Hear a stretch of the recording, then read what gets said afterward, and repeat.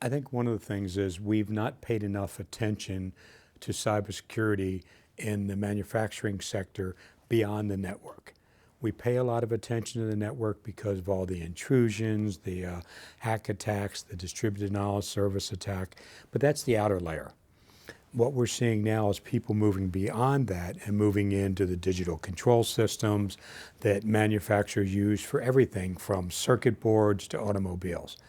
So as a result of that, we really need to start paying more attention faster to those manufacturing sectors that traditionally have been ignored.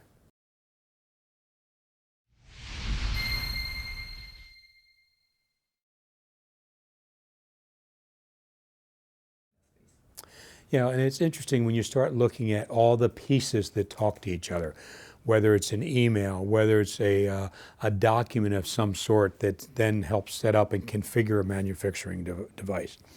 For the most part, those have just been simple documents that have no rights controls on them. Anybody can read them, anyone can print them. If indeed an intrusion takes place and the information is stolen, anybody can use them because traditionally they're not encrypted. And so we have to fully understand that we operate in a high threat environment. And if we're going to protect our information, we have to put various controls such as digital rights management and information rights management on the communications we have within the networks.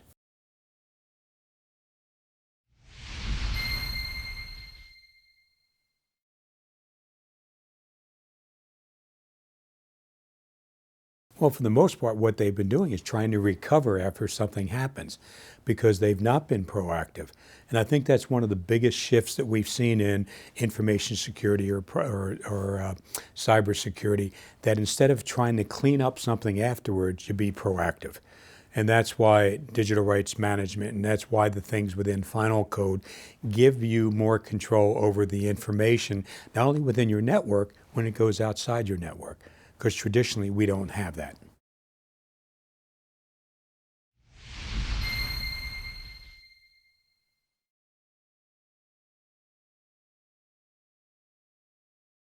Well, I think the market potential is huge because not only for individual users that would be using the technology that aren't using it today, having it integrated into many of the systems out there that we're using to communicate. The ability to encrypt things built into something that's now you have to go through 5 clicks to identify something as confidential, and then it doesn't do anything except put a label on it. So the market is huge worldwide, which is why it's important, I think, to start the U.S. operations and then just branch out from there.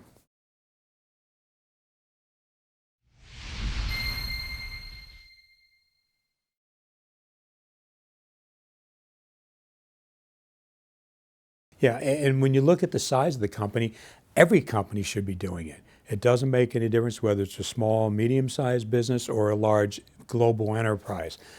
The protection of the information, the ability to assign rights management to everything that you do is a need that everyone has. Because we have to remember, even though a large enterprise may be a big customer, they depend in some cases hundreds, if not thousands, of small, medium-sized businesses as part of their supply chain. In order for them to be secure, the supply chain partners need to be secure, which is why it's important everybody uses it.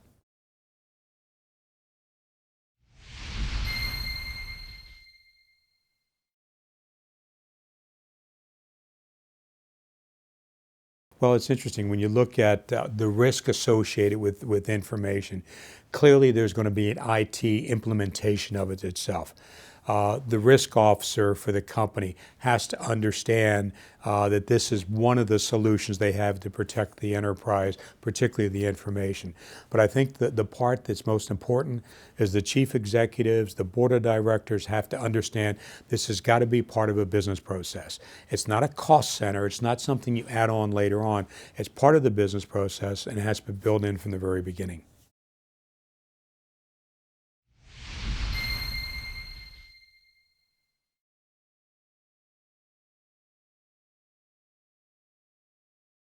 Yeah, and when you think about the exploitation of information that we've seen increase dramatically over the past few years.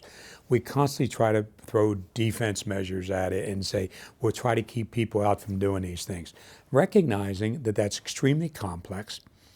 You can lock 99% of the company, but all it takes is one to get in, and that's where you have the problem.